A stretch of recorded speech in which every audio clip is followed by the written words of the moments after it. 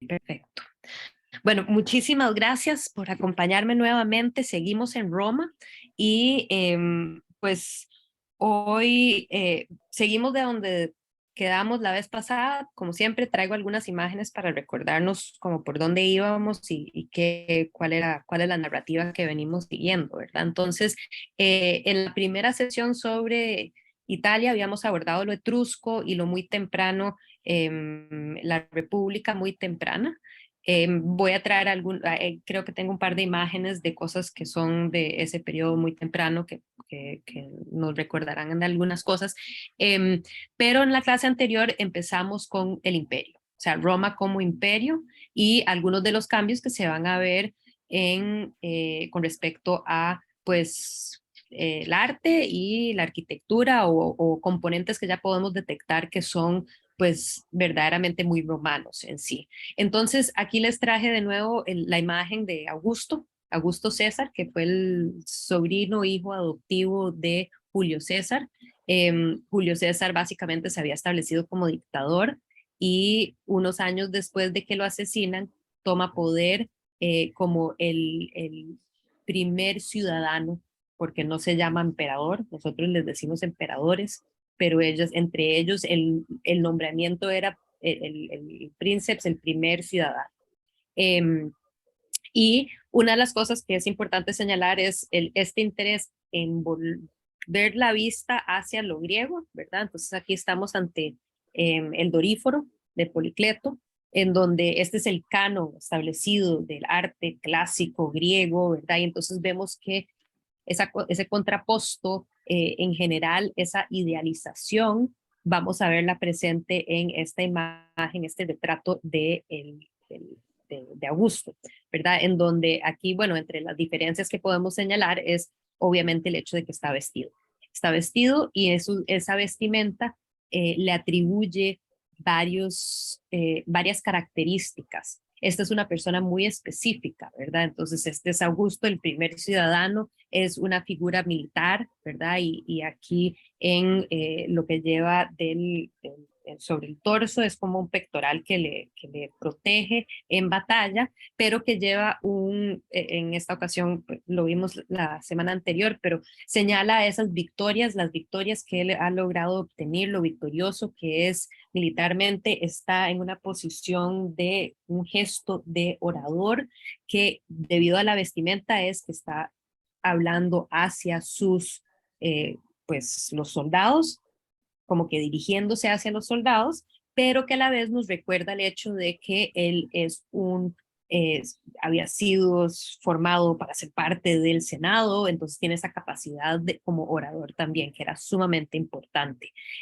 Además, aquí él se está ligando con los dioses, tiene aquí este pequeño querubino, pero que es Eros, o Cupido, el hijo de Venus, y pues Julio César había dicho que había que el linaje los, los ligaba directamente a los dioses, que tenían ese linaje con Venus en particular, y entonces, bueno, ahí se lo está, o sea, está clamando eso para él mismo, aquí Augusto César. Entonces es un retrato que se distingue mucho a lo que se venía viendo en el periodo republicano, en donde lo más importante era señalar una seriedad o el gravitas de la figura que ha dedicado tanto y que ha sido un ciudadano tan preocupado por el bienestar de la República, ¿verdad? Y entonces eso era algo que en los retratos, que eran muy importantes, los retratos, eso lo habíamos visto, había este culto hacia el paterfamilias, la figura paternalista de la familia, ¿verdad? Y entonces este gravitas, esta seriedad con todas las arrugas, pues señala eso y vemos algo muy interesante que Augusto, ya a una avanzada edad, porque ya para cuando se hace esta escultura, él ya era un señor mucho mayor, pero decide que así es como él quiere que lo representen. Entonces tiene sus características, sus atributos faciales que son particulares a él, ¿verdad? el espacio entre los ojos, que los ojos están un poco más hundidos, con esas orejas un poco más salidas, y una barbilla que es como un poco puntiaguda. Esos componentes lo vemos claro, es una figura muy específica y sin embargo lo vemos idealizado. No le vemos arrugas, está joven, está fuerte, y entonces es muy distinto a lo que se venía haciendo. Y todo eso pues obviamente tiene que ver con este cambio en el liderazgo, en el concepto de el líder, que ya para este momento en adelante en general, todos los emperadores a los que les básicamente fue bien fueron deificados, fueron considerados dioses, ¿verdad? Y entonces todo esto es muy importante porque esta es una concepción que se mantiene a lo largo de lo que vamos a seguir viendo. Entonces es importante señalar estos cambios que hay de lo que es la república hacia el imperio.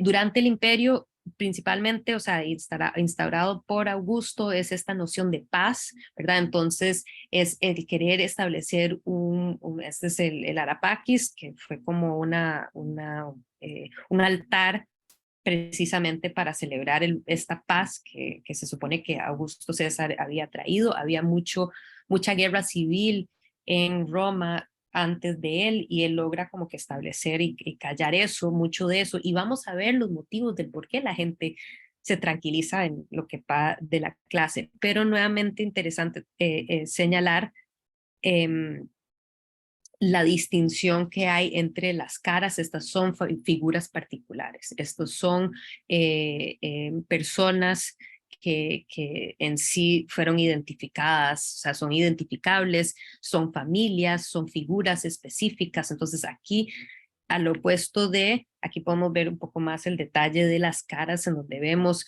estas facetas. También vemos muy interesante cómo es una procesión parecida a la procesión que vimos en Partenón, y tengo una imagen que aquí podemos ver para compararlos, ¿verdad? En términos de que en sí, de cierta manera, la técnica es parecida en términos de tener un alto relieve y un bajo relieve para señalar distancia o espacio dentro de la imagen, pero definitivamente, mientras que los griegos estaban mucho más interesados en cierto ideal, estas no son personas específicas las que son representadas. Esto es como una representación idealizada de esta procesión que se lleva a cabo para llevarle el peplos a la diosa Atenea sobre el Partenón, sobre la Acrópolis, mientras que en este caso pues hace referencia a probablemente una procesión que se había llevado a cabo, posiblemente la misma inauguración, digamos, de esta época de paz,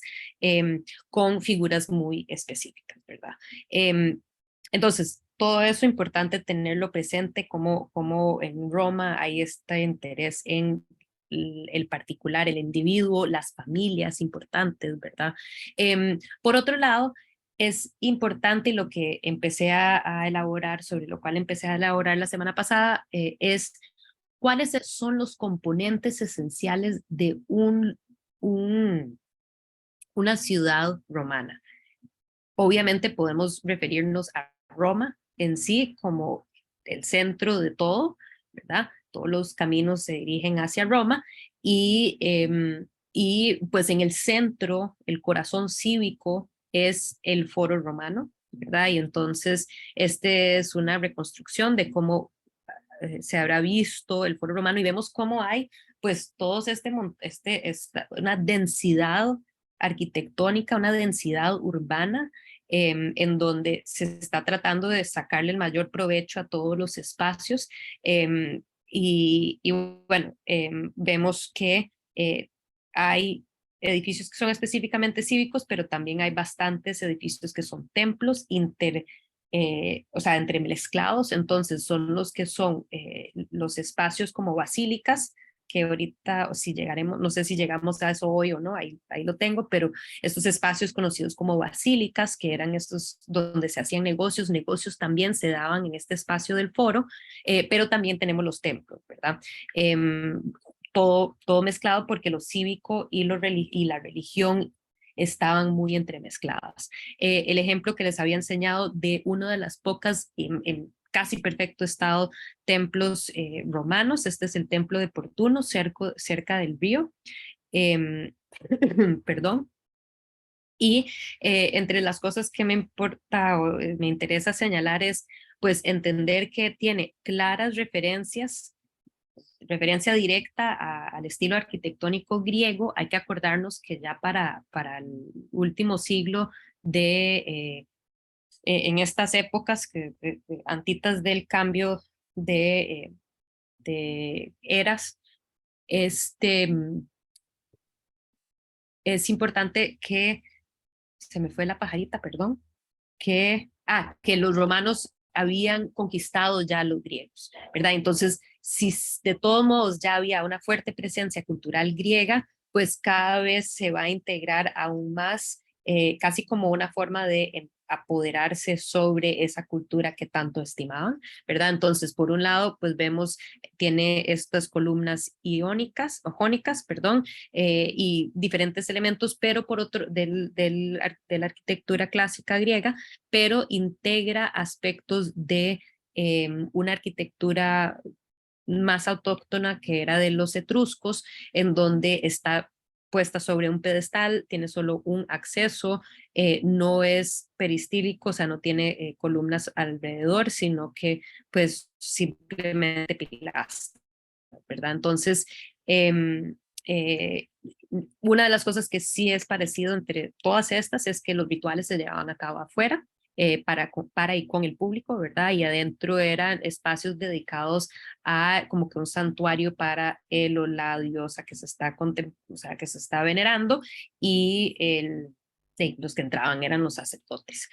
Entonces, eso habíamos visto, y empezamos a hablar también sobre cómo logra Roma conquistar tanto territorio y cubrir. Y esta semana no les traje mapa, pero en las anteriores hemos visto pues esta gran área geográfica que llega a pues conquistar con los romanos.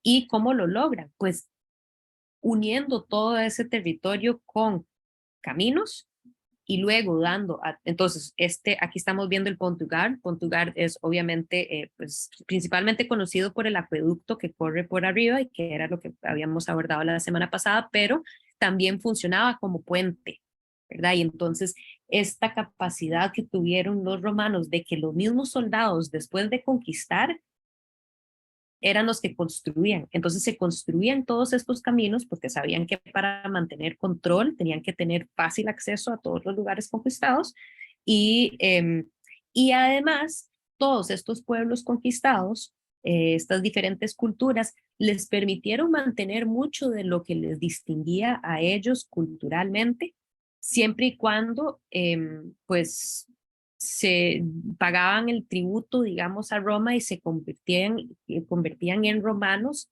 y seguían el sistema romano, pero eso también les traía muchísimos beneficios, ¿verdad? Entonces, por ejemplo, entre otros, está el hecho de tener un acueducto que le va a traer agua fresca continuamente al poblado, ¿verdad? De este lugar. Entonces, acueductos, y aquí habíamos, o sea, la importancia de el poder llevar esos beneficios. Hoy vamos a ver otros beneficios, en el ejemplo particular de Pompeya, que es un registro excelente para nosotros comprender un poco mejor cómo era la vida cotidiana de los romanos. El último punto que me gustaría señalar, y creo que solo, sí, es el tener presente eh, que los romanos eran excelentes ingenieros y que adaptaban algunos elementos que ellos agarraban de otras culturas. Entre ellos está el arco, algo que ellos no habían necesariamente inventado, pero que lo van a pues explotar de la mejor manera, se puede decir, y que en ese sentido se llega a conocer al arco como una marca característica, un sello característico de lo romano, ¿verdad? Y entonces hasta la fecha, por ejemplo, yo que acabo de estar en Israel, fuimos a visitar unos amigos, y literalmente como que el pueblo por un lado está como limitado con un acueducto romano, ahí está, y entonces ahí están los arcos. Entonces uno ve esos arcos, pueden estar en Segovia, pueden estar en Israel, pero es puede estar en Francia, muy representativo de esa presencia romana y que, bueno, sabemos que luego es algo integrado a lo renacentista y lo neoclásico. Entonces, pues la importancia de el arco y en sí también, pues, eh, es muy vistoso, ¿verdad? Hay una Sí. preocupación por cómo se ve. Es una imagen muy bonita. Y bueno, entonces ya entrando a lo que tenemos para la clase de hoy, quería seguir hablando y considerando, bueno, cómo es que Roma logra ser Roma, qué es lo que cualquier pueblo romano o ciudad romana iba a tener. Entonces tenemos varios ejemplos de esto. Y lo quise hacer abordando Pompeya. Supongo que la mayoría conoce la historia de Pompeya. Pompeya había sido una ciudad, en sí no necesariamente una de las más lujosas o famosas en su momento. Era como una ciudad mercantil, conocido específicamente por, creo que un extracto que sacaban de pescado o algo así. em, Quedaba sobre el agua, o sea, está sobre la costa, y en el momento en que él queda destruida completamente en el 79 de la era común, debido a una erupción del Vesubio, que en su momento lo que hizo fue que básicamente cubrió la ciudad entera. Y eso básicamente lo que hizo fue enterrar viva pues a muchas personas. Sabemos, os han hallado como unas 2000 personas que fueron ahí incineradas, se puede decir, em, y, pero a la vez también logró pues casi que encapsular en el tiempo una ciudad. Y cuando se empezaron las excavaciones primero en Herculano y luego en Pompeya en el siglo XVIII, mediados del siglo XVIII, pues fue, eh, fue tremendamente importante para todos aquellos estudiosos porque ya pues nos permitió mejor entender qué era, cómo era Roma, cómo era la ciudad romana, cómo era la vida cotidiana romana y tener más claras las diferencias entre lo romano y lo griego, ¿verdad? Porque antes de eso, en el periodo del Renacimiento, cuando, por ejemplo, hay este gran boom e interés en buscar y encontrar las esculturas clásicas, y como que todo era mezclado, ¿verdad? Lo romano, lo griego era como que lo clásico. Tenían una noción de que obviamente eran distintas, pero en términos como que estilísticos, en términos ya un poco más científicos, es en este momento que se logra poder distinguir mejor porque tenemos un registro exquisito en Pompeya. Entonces, bueno, aquí pueden ver el sitio en sí no se ha excavado por completo. Em, y, y también interesante contemplar que lo que se ha excavado es principalmente la última capa de lo que hubo en Pompeya. Entonces hay muchos detalles como desconocidos sobre lo que vino antes en Pompeya. Pero bueno, aquí pueden ver el plano. Algo que quería señalarles con el plano, bueno, voy a señalarles algunos de los edificios que vamos a estar viendo, pero interesante que tienen, o señalarles acá, el foro, van a tener un foro. Al costado del foro es la zona que se consideraba como de entretenimiento. Habían dos teatros. Luego hay un anfiteatro de este costado y este anfiteatro es el más antiguo que se conoce del mundo romano, 150 años antes del Coliseo, que tal vez llegaremos a ver hoy. Y bueno, hay todas estos insulae o conocidos como insulae, que son estas cuadras en donde vivía la gente. Los romanos eran excelentes, como les dije, ingenieros, tenían muchas construcciones de múltiples pisos que permitía que muchas personas podían residir en un espacio pues relativamente reducido porque construían para arriba. Es una ciudad que sabemos que fue siempre rodeada por paredes y le había ido bastante bien en el momento, es más o menos entre el segundo y tercer siglo cuando llega a ser conquistado por los romanos. Antes de eso, pues había una mezcla de griegos y de otras identidades locales que estaban en esta zona, pero como le digo, no se ha excavado lo suficiente para tener muy claro qué estaba sucediendo antes.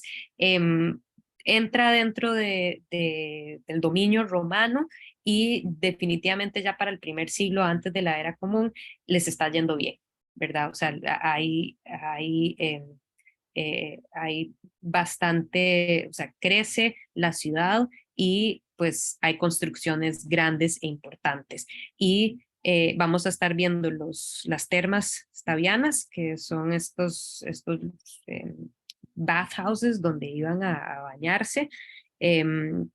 Y entonces vamos a ver eso y vamos a ver algunas de estas casas, la casa de Betty en particular, y luego la Villa de Misterios que está acá arriba, y algunas imágenes de la casa Menander.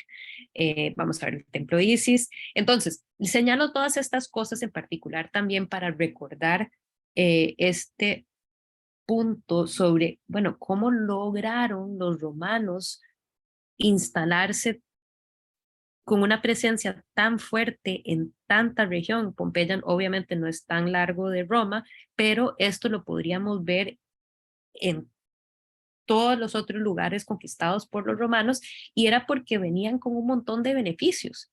Ahora tenemos anfiteatros, tenemos teatros, tenemos más templos, se nos permite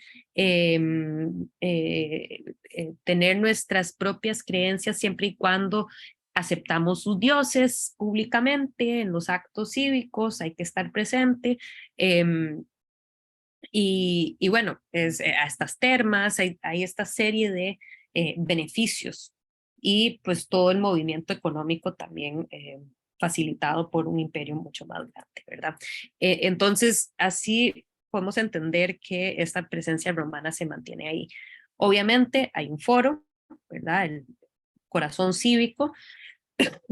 En el foro está el anfiteatro también. No me voy a enfocar mucho en este anfiteatro porque en otro momento llegaremos a ver el Coliseo, pero este anfiteatro fue tan importante en la vida que de las personas en Pompeya, que esta es de la casa, una de las casas eh, que se han excavado, que muchas de ellas, como veremos en la clase de hoy, tienen estos frescos, tienen estas paredes pintadas, estos murales, y vemos estas escenas de estas peleas, eh, pues un poco grotescas, se podría decir, entre gladiadores, pues peleaban hasta la muerte entre gladiador y gladiador o gladiadores contra animales, como parte del entretenimiento. Importante señalar que el anfiteatro es el espacio, o sea, es al opuesto de los teatros, ¿verdad? Los anfiteatros son los que veían más estos deportes un poco más, pues, de esta índole, ¿verdad? Mientras que el teatro era donde se veía, pues, teatro. Eh, Eran grandes espacios, este era uno que permitía, se dice como unos 15,000 personas, 15,000 espectadores, entonces, pues la población misma eh, de, de Pompeya, y cuesta verlo y lo vamos a entender un poco mejor tal vez cuando vemos el Coliseo, pero interesante es que contemplaban, porque como es al aire libre, contemplaban y tenían estas estructuras que subían acá en donde tenían estas grandes carpas para tapar del sol a la gente. Entonces, es al aire libre la experiencia, pero se tapaban. Y aquí se puede ver un poco ese tipo de toldo que subían.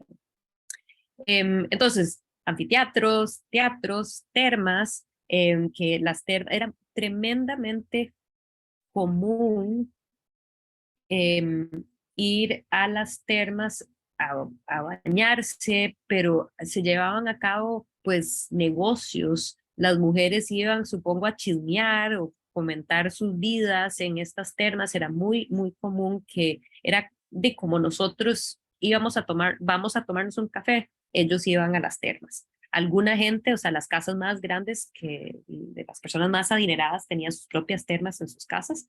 Eh, pero principalmente eran estas grandes termas públicas construidas con dinero público, y que la gente iba, hacían ejercicio, pero principalmente pues hacían ejercicio. Aquí les puse el plano para que pudieran ver que este gran espacio exterior, un gran patio interno, y las diferentes salas. En este caso estamos viendo, esta sería una de las salas, lo que se supone que es la sala caliente de las mujeres.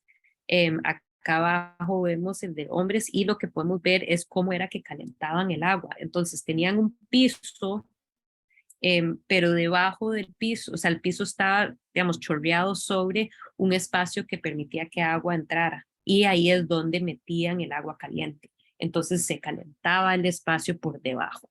Eh, Esto me pareció muy chiva, que esta es una imagen de los cubículos, o sea, donde la gente guardaba sus cosas, y pues eran espacios que eran también muy altamente decoradas, ¿verdad? Entonces aquí podemos ver esta decoración sobre esta bóveda, pero pueden ver eh, este era el friario que lo traje, lo hubiera puesto anteriormente. Entonces, entre la experiencia uno pasaba de caliente y después pasaba a piscinas frías, y todo esto en conjunto con la persona o las personas con quien había sido a las termas. Habían espacios como para socializar ahí adentro. Y bueno, aquí pueden ver también la decoración, ¿verdad? Entonces sabemos eh, que, que en algunas termas, muchas termas había mosaico, pero también trabajaban mucho lo que es el estuco. Esto es importante porque muchos de estos edificios, y creo que lo podemos ver bien en estas imágenes, eh, contaban con el uso del concreto. El concreto era una maravilla para lo que podían construir con ese concreto, pero una de las pocas, digamos, debilidades del concreto es que eh, si no se sella de alguna manera, entonces se le entra mucha humedad y ahí se va o sea, quebrando el, el, eh, esa mezcla tan sólida y tan dura. Entonces había que revestirlo con algo, y una de los revestimentos que se usaba era este tipo de estuco decorado, ¿verdad? Entonces en otros lugares mármol es muy caro, entonces eso normalmente se destinaba para, o principalmente para templos y edificios sumamente importantes, eh, pues no necesariamente las telas.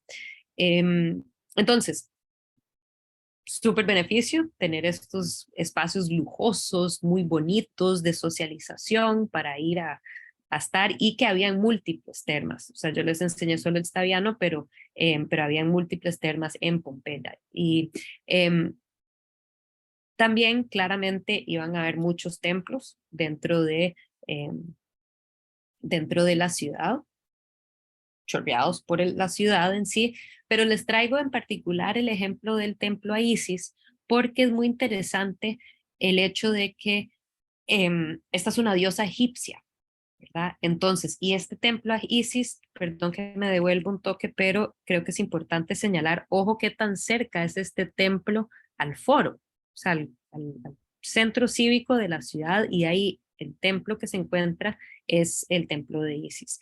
No es por decir que no habían templos, caso de Júpiter, Apolo, Venus, en este otro espacio hacia el suroeste, pero y que se supone que estos eran, bueno, sabemos que estos eran dioses que se veneraban desde mucho antes. El templo de Isis muy probablemente, eh, pues hace referencia a las influencias o al pluriculturalismo de Roma y la influencia o el impacto que pueda tener otra cultura y cómo era básicamente, o sea, el punto es cómo era aceptado, ¿verdad? Y cómo era integrado una diosa que no era una diosa del panteón de los romanos. No se iba a dar con todos los dioses, obviamente, que iban a existir. En este caso, pues creo que es relativamente excepcional, pero lo importante es señalar cómo esto sucedía en todas las regiones conquistadas y que básicamente se permitían estos, como que ciertos, diferentes cultos se permitía, pero siempre y cuando se aceptaban también, se aceptaba también el panteón de los dioses, ¿verdad? Todos los dioses romanos. Em, no sé si tienen alguna duda, pregunta, comentario. Voy a tomar un poquito de agua. No era tan mal vivir bajo el control de los romanos, entonces. Parece como eran, por lo menos al principio, bastante aceptando y por esto quizás lograran extenderse tanto. Exacto, o sea, básicamente eso es lo que se entiende de cómo tuvieron tanto éxito, digamos, porque permitían cierto, digamos, eh, o sea, no machacaban las identidades locales, permitían que existieran y que se mantuvieran vivas, siempre y cuando aceptaban, ¿verdad? Que, pues, los romanos son los mejores y ahí es donde habían problemas, ¿verdad? Pero, pero con eso también habían todos estos beneficios. Qué tan bueno es tener agua que le llegue de a veces muchos kilómetros y está constantemente llegando agua fresca y alguien lo está manteniendo, como mencionaba yo las semanas anteriores, ¿verdad? Que todo el trabajo no es solo de construir un acueducto, sino que mantener el acueducto, ¿verdad? Mantener las termas, todo eso de no les iba tan mal, ¿verdad? Pero había que aceptar. Y claramente cuando habían ciertos emperadores que no eran buenos administradores, digamos, pues era más complejo. Y yo supondría, a fin de cuentas, es básicamente autoritario. Entonces, sí. No sé si alguien más quisiera comentar o preguntar algo.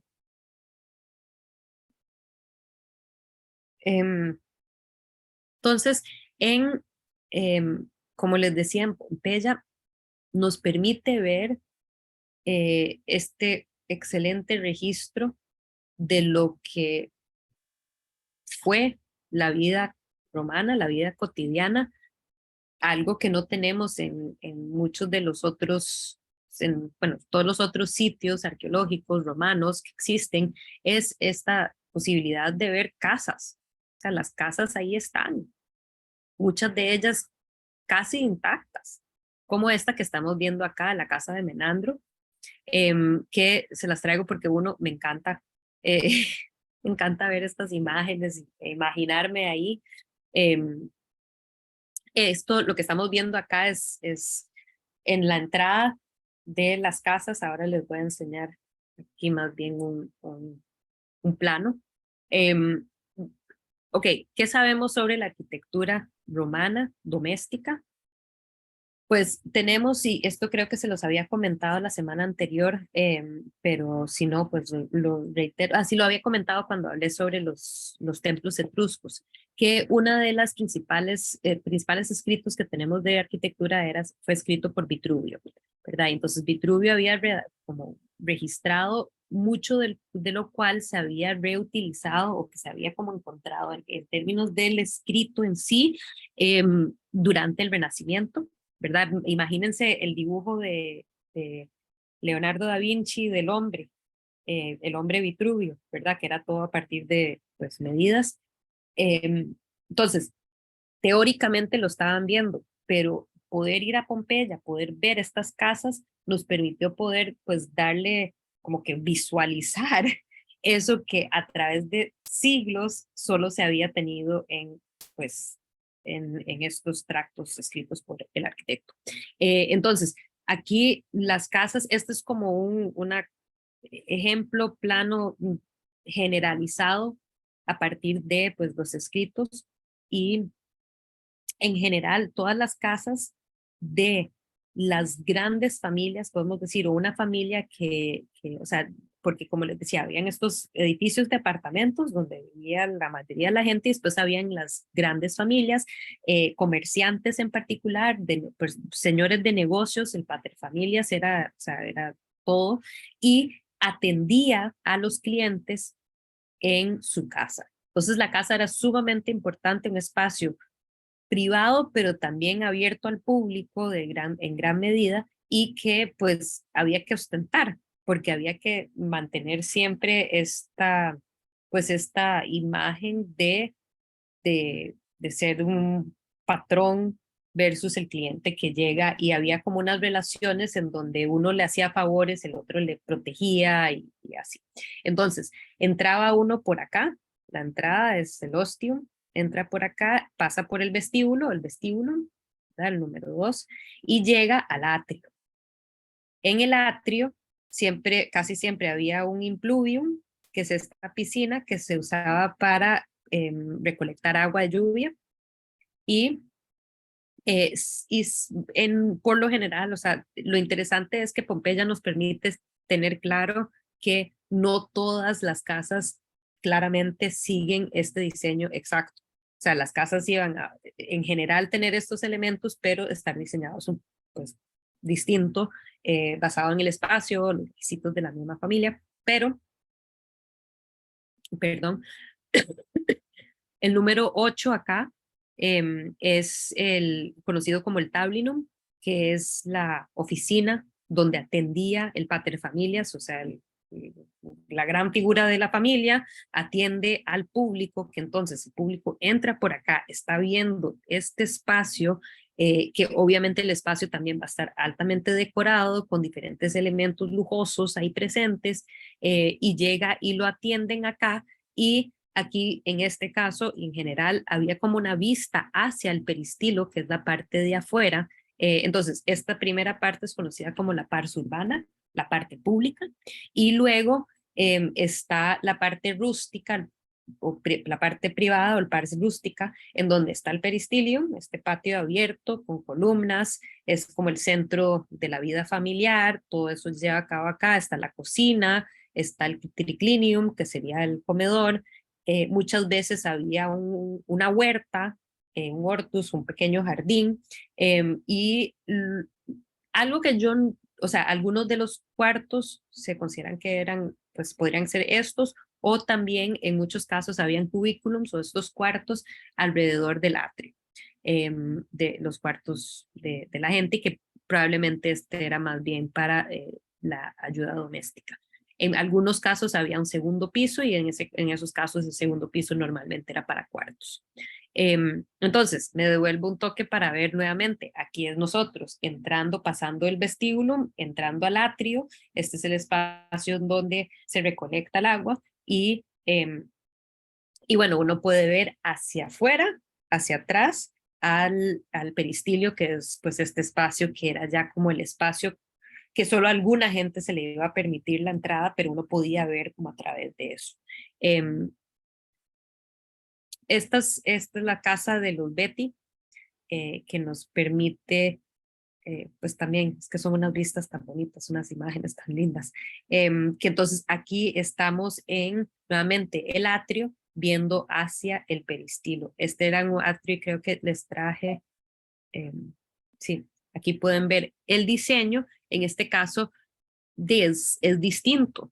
Aquí la entrada, perdón, aquí, la entrada hubiera sido por acá, este es el atrio grande y acá era el peristilo. Entonces, nota, aquí había un atrio pequeño y notan cómo, pues, dependiendo del espacio, supongo del lote donde se está construyendo, se diseña eso, pero en general se concibe que, pues, tiene los cuartos, los elementos principales que hubiera tenido cualquiera de estos domos, conocidos como las casas estas residencias conocidas como domos.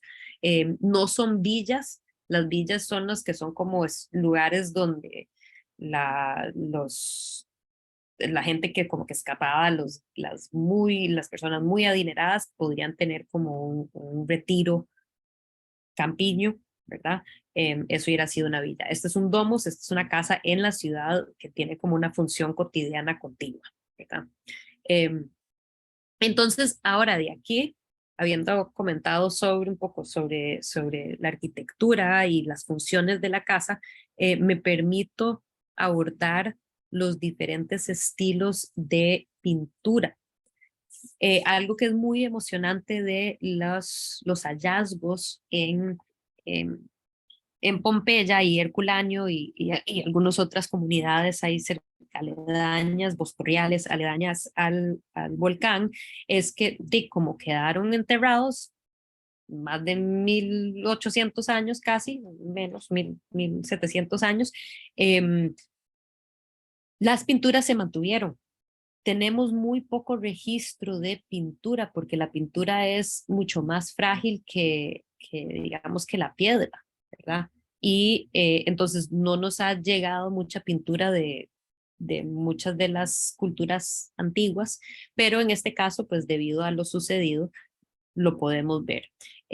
Obviamente no quedaron tanto, o sea, suponemos a partir de esta tradición y debido a los escritos que había toda una pues tradición de personas que pintaban cuadros en sí, la gente tenía cuadros también, pero vamos a ver hoy lo que tan detallado, intricado y pues todo un arte en sí que eran estos murales en las casas y cómo los frescos, y que en este caso todos los que les voy a enseñar son buen fresco, algunos de ellos con seco fresco encima. Entonces, ¿cuál es la diferencia entre esos? El buen fresco es pigmento aplicado sobre el yeso que todavía está mojado. Entonces, el pigmento se absorbe a la pared en sí, al yeso, y se convierte en parte de la pared. Eso mantiene el color mucho más vibrante por más tiempo, y también pues básicamente la pintura se convierte en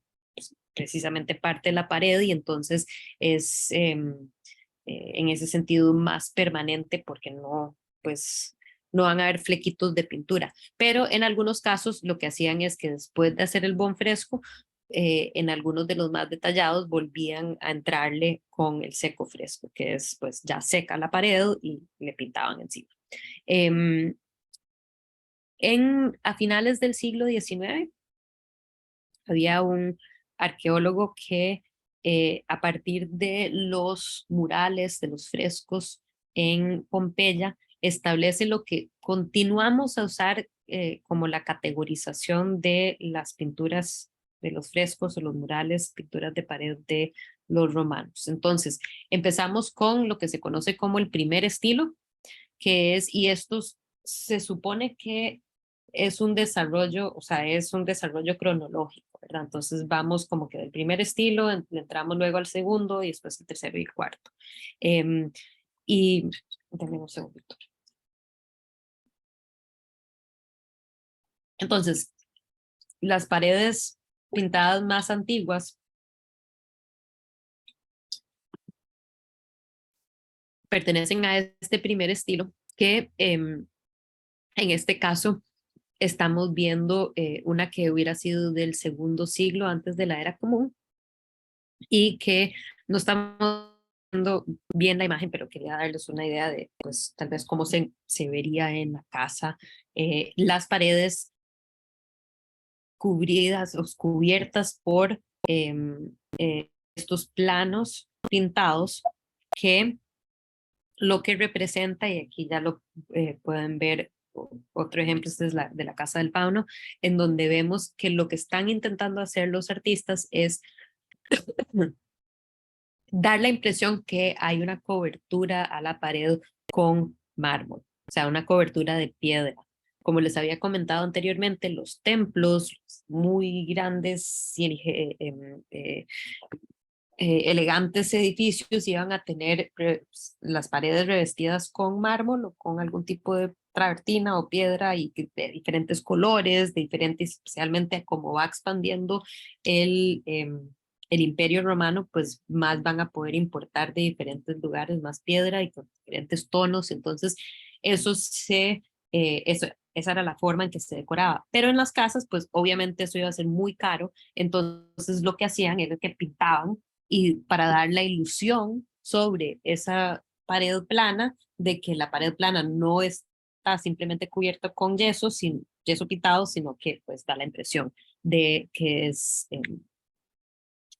piedra. Aquí pueden ver un ejemplo más, como un detalle más de cerca, eh, de cómo pues hacían el esfuerzo de dar la ilusión de, pues, de como esas, las vetas en la piedra, como si fuera cierto tipo de mármol colorido.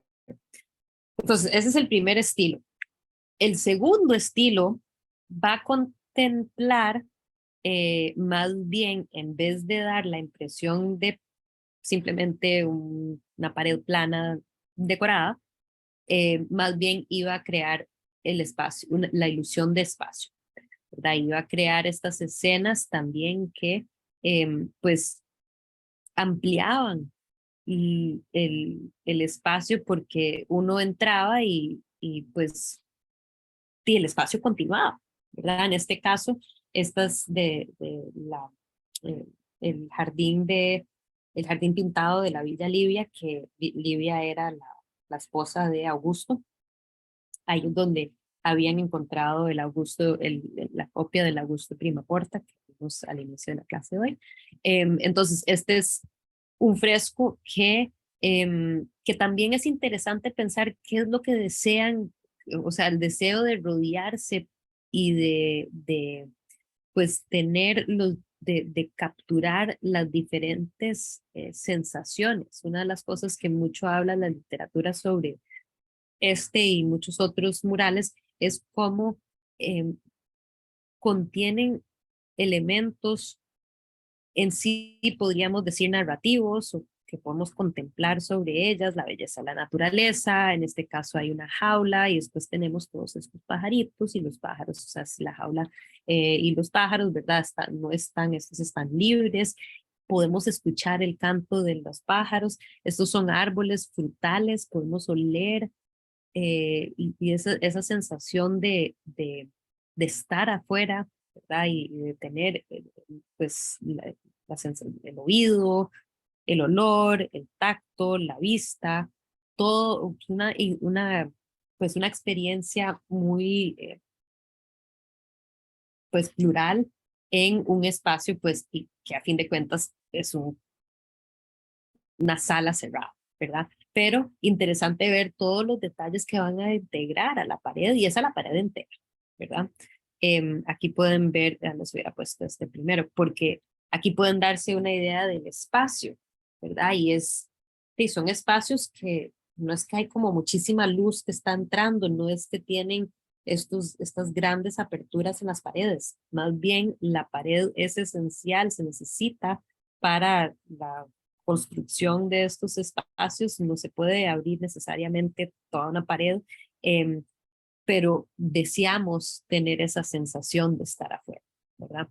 Eh, este es otro ejemplo de segundo estilo y les traigo pues más ejemplos del segundo estilo y no sé si es porque es el que más me gusta o porque pues sí, es una belleza. Tal vez algunos reconocen esta imagen por los que han ido en varias ocasiones al Metropolitan, el Museo Metropolitan en Nueva York. Este es em, una serie completa, o sea, un cuarto completo, un cubículo completo de una villa que excavaron a finales del siglo XIX, inicios del siglo XX, en Boscorriale, que era como uno de estos lugares muy lujosos donde la gente tenía sus villas, que salían de Roma y iban a vacacionar allá. Y entonces lo que hicieron cuando excavaron esto fue que sacaron, me acuerdo, la cantidad pues de frescos de las paredes y en general dividieron todo lo que sacaron, o sea, todas las piezas y los mandaron, los vendieron a todo. Entonces hay elementos de esta casa, o sea, elementos de la pared, las paredes de estas casas, de esta casa o otras casas que se hicieron también en el momento, en museos en todo el mundo.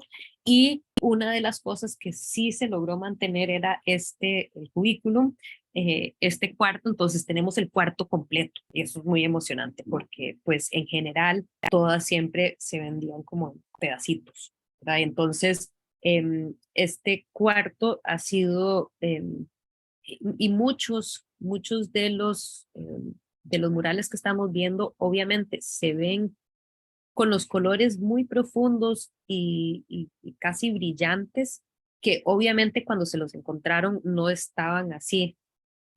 Muchos de ellos cuando se excavaron y se sacaron, les pusieron como capas de cierto tipo de aceites y tal vez pulieron las paredes un poquito para que brillaran más, pero también para que, pues para preservarlas, ¿verdad? Y entonces, al hacer eso, como que enaltece el color mucho más de lo que se encontró en el momento y que pues no sabemos cómo habrá sido el nivel de intensidad de color en su originalidad.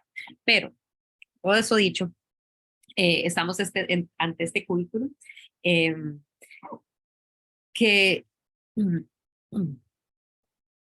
hubiera estado justo pues muy cerca del mar en ese momento. Entonces, yo siempre que iba a visitar este espacio, que iba a ver este espacio mucho cuando vivía en Nueva York, me encantaba. Es un espacio pequeño, pero uno entra por el lado que se supone que hubiera estado la puerta y que la puerta se supone que daba hacia el mar. Entonces me imaginaba yo durmiendo en este cuarto, levantándome en la mañana y viendo el mar allá afuera. Pero lo interesante es considerar qué son los elementos decorativos que tiene este espacio, este cuarto, este dormitorio.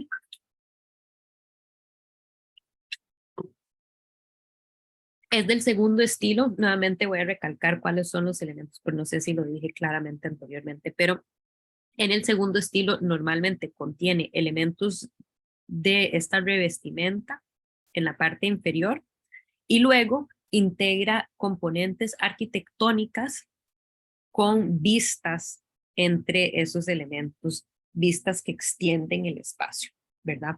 Entonces, este ejemplo es bastante claro de eso que estamos viendo. Entonces, uno entra y a uno de los lados podemos ver, bueno, voy a enseñarles bastantes imágenes.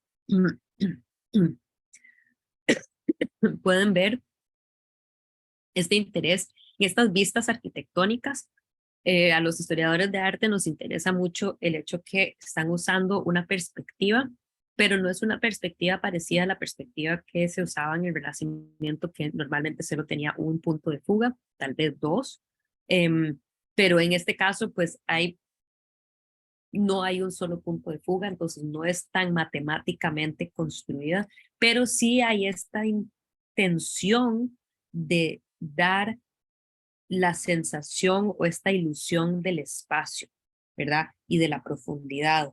Entonces vuelvo a lo mismo, estamos en un cuarto en donde uno entra, pero como que entra ahí, y el espacio continúa, ¿verdad? Entonces, hay imágenes de la ciudad, ¿verdad? De detalles que son pues arquitectónicas, muy en general como idealizadas, es un día bonito, la arquitectura es bonita, ¿verdad?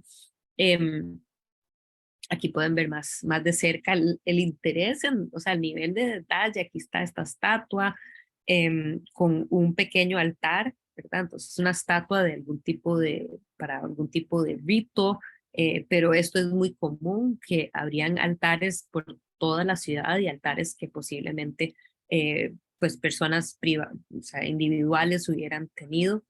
Entonces, individuos hubieran tenido en sus casas. Entonces, es como espacio urbano idealizado. Eh, y a la par de eso, entonces, digamos, si nos corremos, aquí pueden ver en detalle lo que estábamos viendo. En el centro está como que este espacio como si fuera un templo o un altar bastante grande al aire libre con una estatua en el centro. Ella está protegida por esta pared, digamos, no podemos necesariamente pasar por donde está ella. Enfrente hay otro tipo de altar con ofrenda. Siempre, como habíamos visto acá también, hay humo que sale ahí de aquello que se está como ofreciendo a la diosa. El espacio bastante decorado con guirlandas, con telas. Entonces es como pues esta ciudad limpia, pulcra, perfecta, ideal. Eh, este, es, este era del lado derecho y justo enfrente de esa estatua está esta otra estatua en donde vemos pues como a la figura deificada con dos antorchas. En esta lo que tiene es como algún tipo de plato para algún tipo de ofrenda. Aquí está nuevamente con estos telas amarradas aquí decorando el espacio, pero los otros eran lila, estas telas son como doradas, amarillas. Vemos que hay estas ofrendas también de fruta, aquí vemos, hijo, se me viene la palabra en hebreo y no en español, rimonim, pomegranate, en español, alguien que me ayude. Granadas, ¿es eso? Granadas, gracias. Granadas como fruto de los dioses, ¿verdad? Entonces aquí hay todo ese tipo de ofrendas. Es muy común también en muchas de estas de segundo estilo tener estos como pequeñas naturalezas muertas o bodegones, como que mini bodegones insertadas en pues, en esta gran obra de arte, ¿verdad? Entonces tenemos como que imágenes urbanísticas, tenemos imagen de la estatua pintada, tenemos como si fuera estos bodegones. Entonces son obras de arte sumamente completas, ¿verdad? Los elementos arquitectónicos, y creo que aquí lo podemos ver bastante bien, dan la impresión de tres dimensiones porque integran sombras, ¿verdad? Entonces estamos viendo, todo esto es plano, pero cuando uno lo ve verdaderamente se siente que el espacio va para atrás, ¿verdad? Y entonces, pues todo este interés, todos estos detalles o todo el interés en el detalle es algo que creo que es bastante eh, interesante porque nosotros no nos rodeamos con ese tipo de decoraciones. Tenemos cuadros, tal vez va a haber un mural en una pared, pero no va a ser esta experiencia como tan inmersiva dentro de la ilusión de un espacio, ¿verdad? Aquí pueden ver, este es en la pared, no, este es perdón, pueden señalarlo en quizás sea más fácil así. Entonces, esta es la última parte, vimos cómo es la imagen de la ciudad, luego el templo, y al final está este último elemento que va a ser un templo detrás con un pronaos o como que un espacio que divide entre lo sagrado y lo mundano, ¿verdad? Entonces estamos viendo a través de este propilea, a través de eso hacia el templo, estas ofrendas, ¿verdad? Los dioses, pero este espacio también está dividido por estos dos pilastras que tienen estas proyecciones, que no son proyecciones de verdad, pero parecen serlo, ¿verdad? Casi que uno quisiera tocarlo para ver si de verdad o no está saliendo de ahí. Y lo interesante es, y ya le doy la palabra a Benjamín, es ver que este era el espacio donde se ponía la cama. Entonces, como que este espacio, el templo, el espacio tal vez más sagrado, es donde iban a poner la cama. Sí, adelante, ven. Sí, ya le iba a comentar sobre las máscaras. Las máscaras, ¿qué dicen esas máscaras? Sí, más bien tengo una imagen más de cerca donde puedan ver, perdón, es que me está costando un toque. Se supone que en este momento, hacia o sea, este es el momento en que Roma se está estableciendo como entidad sumamente fuerte y que ellos han dominado a los griegos. Entonces se supone que hace referencia tanto las máscaras como estos, siempre se me escapa la palabra para Escudos. el escudo, gracias. Estos escudos, que se supone que este escudo es el escudo macedonio, que eso es como una estrella macedonia, entonces hace referencia a lo helenístico, así como pues el teatro era un componente muy fuerte en el mundo griego en particular, todos esos dramas de la época helenística, y que entonces se cree que muy probablemente la persona que construyó esta casa o que tiene este cuarto, por algún motivo está haciendo referencia o tiene una fascinación con ese componente. Y que tal vez también, y yo no sé qué tanto estoy de acuerdo con esto, si es lo que estaban pensando en su momento, pero es el análisis que se la ha hecho, es un poco como todos estos espacios, y especialmente en el mundo romano, cívico, público, todo era de poner la cara, todo era teatro, todo es teatro, ¿verdad? Así como había dicho Shakespeare que el mundo es un escenario o algo así, ¿verdad? O sea, ese mismo concepto se dice que posiblemente hace referencia a eso.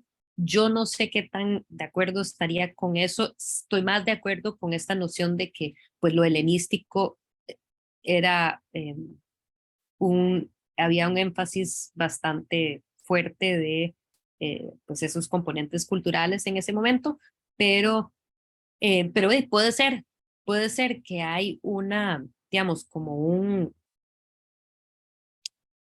eh, como un componente conceptual que uno podría leerle más a fondo dentro de aquello que se está representando acá. Sin embargo, yo creo que simplemente es como un espacio de como que la ciudad y los espacios de la ciudad y la vida romana idealizada, ¿verdad? Es como que todo está perfecto en este mundo y es como un lugar para ir a retirar, como retirarse del mundo, este es el cuarto y como que estar en este, pues, un Claro, mundito burbujita no perfecta. tenían, no tenían televisión, no tenían iPads, no tenían nada, ni tenían libros en realidad. Eran antes de que tenían muchos libros, entonces podrían por lo menos acostarse en el cuarto y ver las paredes. Sí, y uno nunca sabe qué hacían con esas paredes. O sea, si se pasaban el tiempo hablando sobre historias que se llevan a cabo, o sea, uno no sabe exactamente cómo funcionaban estas paredes, porque están tan detalladas. Se habla mucho bueno, no mucho, hay algunos registros que hablan o comentan sobre los pintores. Los pintores de muros eran considerados menos prestigiosos que los de cuadros, entonces eso es interesante contemplarlo, ¿verdad? Em, Pensando que tal vez pues los mejores artistas se dedicaban a hacer cuadros y por qué eran considerados los de cuadros más, pues más finos, digamos, es porque se supone que tenían más valor porque uno se los podía llevar, ¿verdad? Uno los podía mover, eran como más preciosos en ese sentido, más preciosos, más preciados, pero a la vez esos no nos quedan y los que sí quedan son Bueno, estos. menos duraderos. Sí, porque, bueno, estos duraron porque pues fueron enterrados. No sé si yo les mencioné que el sitio de Bosco Reale, el sitio excavado de esta casa, sacaron los frescos y lo volvieron a enterrar. ¿Por qué? Entonces, es como una de las prácticas para la preservación, pero también porque pues fue hallado y se suele dar cuando es en propiedad privada. Entonces, si es propiedad privada, lo que hacen es que entran digamos, los arqueólogos, sacan lo que hay y lo que consideran que es de valor y vuelven a tapar para Wow. que no, digamos, entonces se supone que sacaron todo lo que valía, pero se sabe dónde está el sitio. Supongo que quizás algún día volverían abrirlo. Pero después hay otros espacios que son públicos, como obviamente Pompeya, que uno puede llegar y ver todo lo que hay ahí. No sé si tienen alguna otra pregunta y si la respuesta, Ben, fue satisfactoria.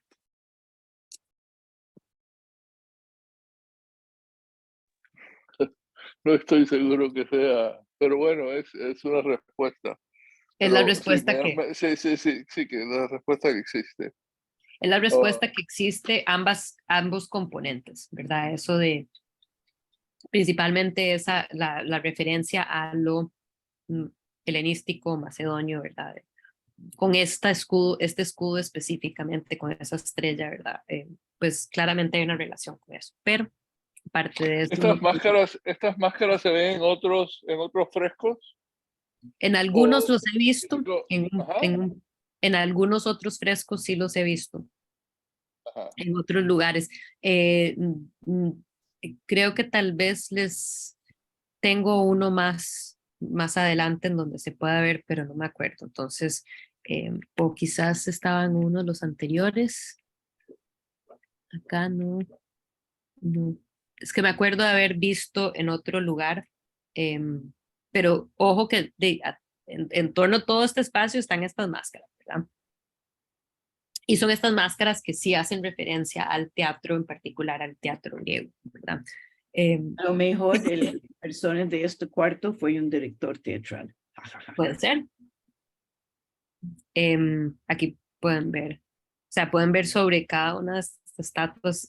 Es yo diría que es como extraño que están haciendo esas máscaras ahí, pero bueno. Em,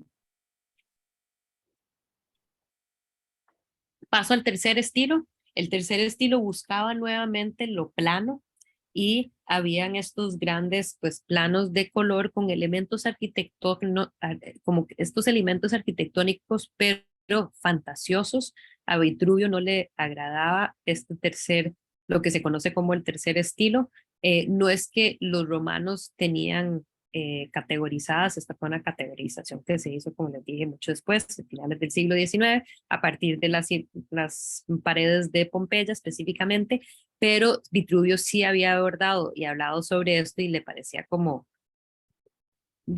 sin sentido, porque habían estos elementos que hubieran sido imposibles de existir, entonces esa imposibilidad le disgustaba.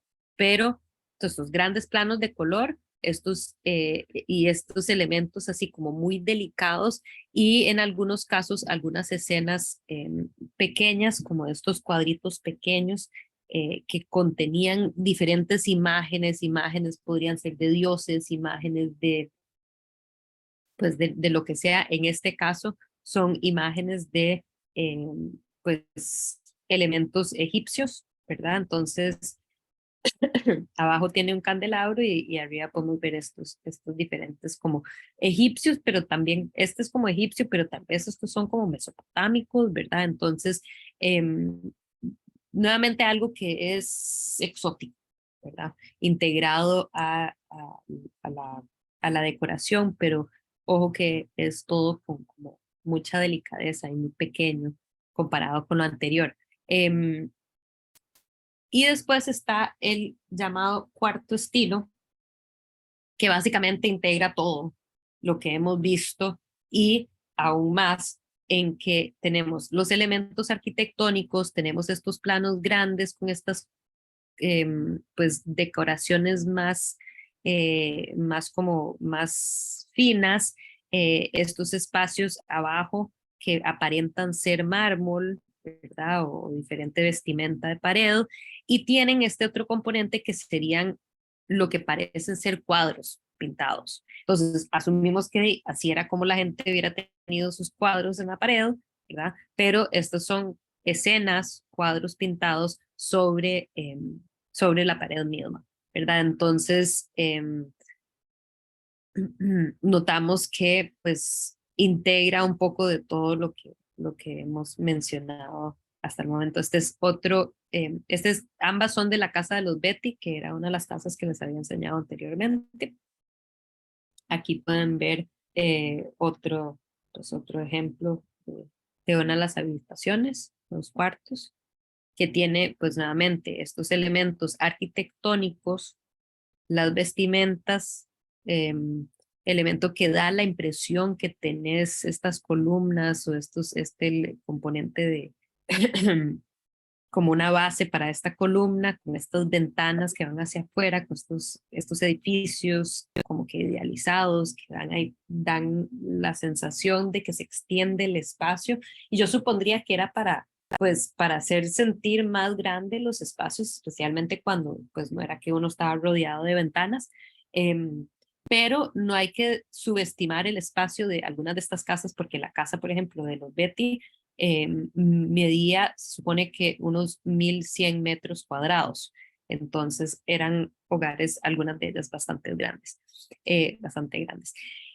Este es el último ejemplo específicamente como de los estilos que les traje, que no sé exactamente de cuál casa proviene, no encontré el dato, pero me pareció tan bonito que lo quise compartir también. Y bueno, da la ilusión de que aquí hay pues un pedestal con una estatua. Aquí era la máscara, ¿ves? Yo sabía que había otra máscara. Pero no puedo decirle mucho más sobre porque me lo encontré ahí de último momento y me encantó tanto que lo integré, pero no tengo mucho detalle sobre ni siquiera cuál casa, mucho menos la fecha. Pero bueno, considerando que los especialistas dicen que yo honestamente podía haber pensado que este era el segundo estilo, pero identifican este como un cuarto estilo, lo cual implica que hubiera sido ya en la era común. Los llevo a una villa, que entonces esto ya está fuera de las paredes de la ciudad. Este se conoce como la Villa de los Misterios, y que, bueno, no era parte de la ciudad, sino que era uno de estos lugares y de la vida como que continua y cotidiana de una ciudad, sino que este era como un lugar de descanso para pues familias posiblemente de Roma, sumamente grande, sigue básicamente el mismo estilo, pero notamos que es pues más grande, que contiene muchos más espacios, ¿verdad? Entonces tiene este mismo atrio con el impluvium, el peristilio afuera, algo que me parece muy bonito, que no sé, no tengo el detalle que en cuáles de estas casas se han encontrado, pero me encanta la idea que encontraron como tanto quedó preservado, eh, todo, detalles desde, digamos, platos, cómo la gente quedó así, entonces hay un montón de detalles, pero entre otros se encontraron escaleras en las huertas, en estos jardines, grandes jardines internos, que algunos de esos, en particular en las villas, eran tan grandes que tenían árboles frutales. Entonces me encanta esta idea que había una escalera, pues para bajar la fruta.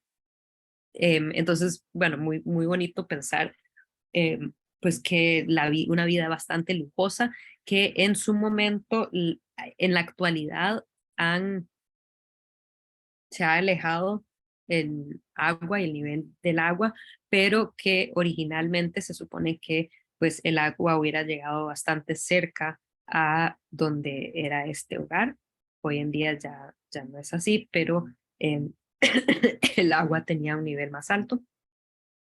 Y entonces, de estar en una villa súper lujosa, cerca del mar, ¿verdad? Y entonces, pues, un lugar bastante bonito. Y se conoce como la Villa de Misterios en particular porque tiene específicamente conocido como el fresco dionisiaco.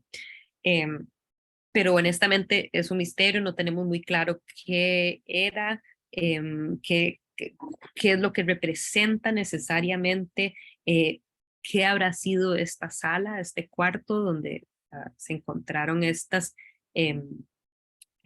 frescos que tanto no sé, que son fascinantes, tanto han capturado la imaginación de las personas a través de eh, pues ya varios siglos desde que se ha encontrado. Eh, es la estructura en sí es bastante antigua, pero se cree que es relativamente más, pues no se sabe exactamente en qué momento fue pintado este fresco en sí, pero sí el edificio sí tiene este fundamento más antiguo. Em, y bueno, para abordar qué es lo que estamos viendo en sí, es considerado el segundo estilo, ¿verdad? Tiene estos componentes de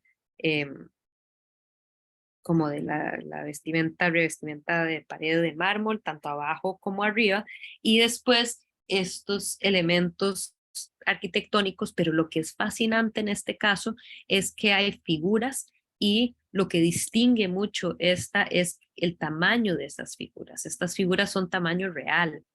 Entonces uno ingresa a este espacio e imagínense cómo, o sea, había una manera, y era lo que estaba tratando de decir anteriormente, pero había una manera en que uno se relacionaba con el arte. Hay pautas de cómo se relaciona uno con el arte. Como decía Jody anteriormente, no había iPad, no había televisión, entonces el imaginario, o sea, esa imaginación que uno posiblemente tenía ante estas imágenes, el jardín en la Villa Lidia, el cuarto con todo ese, pues, ciudad ideal. Y en este caso, pues, ¿cuál habrá sido esa relación que tenía el que entraba a este salón, a este cuarto, con aquello que está sucediendo ahí? Pero la intención es que es una extensión del espacio, ¿verdad? Y entonces es casi como, y perdón que se corta un poquito, pero aquí era la pura entrada del cuarto, había solo una entrada y dos ventanas, una entrada, por cierto, pequeña. Y pues lo que se dice es que da la impresión y algunos estudiosos de lo que estamos viendo acá han dicho que lo que estamos es viendo algún tipo de ritual y posiblemente pues una de estas, como una boda mística entre una mujer y la figura de Dionisio, ¿verdad? El dios del vino, y que entonces posiblemente esta primera figura de mujer que está acá, bueno, primero veamos a Dionisio. Dionisio está totalmente borracho, echado ahí.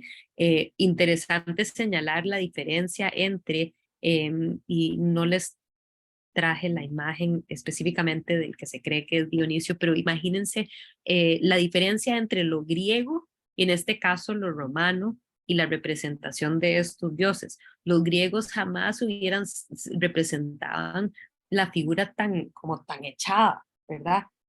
Todas las figuras griegos, y eso era algo que le fascinaba a Miguel Ángel del Renacimiento, todos son súper corpulentos, se ven los músculos que están tensados en las figuras, ¿verdad? Todas, pueda que estén reclinando, pero están reclinando y se le ven los músculos, se ve bien. En este caso está totalmente echado y pensando que además, o sea, se le interpreta como esta cara de estar totalmente embriagado, ¿verdad? Em, Máscara, por cierto, otra más. Entonces, volviendo aquí al inicio, se dice que posiblemente, y como esta mujer tiene un velo, que tal vez ella es como una novia que va a entrar en un tipo de como matrimonio ritual, posiblemente con Dionisio, ¿verdad? Que entonces se contempla que tal vez este espacio se usaba para llevar a cabo ese tipo de rituales. Como les dije anteriormente, se permitían este culto, digamos, estos cultos, como se conocían, cultos misteriosos, pero habían algunos que eran como menos aceptados y que entonces había que esconderlo más. Y entonces se cree que, bueno, tal vez eso es lo que estaba pasando aquí entre una familia muy pudiente que es creyente y que solo hubiera dejado a algunas personas ingresar a este espacio donde se llevaban a cabo estos ritos, pues mm, supongo que muy importantes, pero que no se podía hacer en el espacio público necesariamente. Entonces, se señalan diferentes cosas de la imagen que no sabemos qué son exactamente, pero un niño, un varoncito que está leyendo algún tipo de pergamino, una mujer que lo está como que cuidando, otra mujer que no sabemos qué lleva en el plato, qué será lo que tiene ahí y qué será lo que está señalando.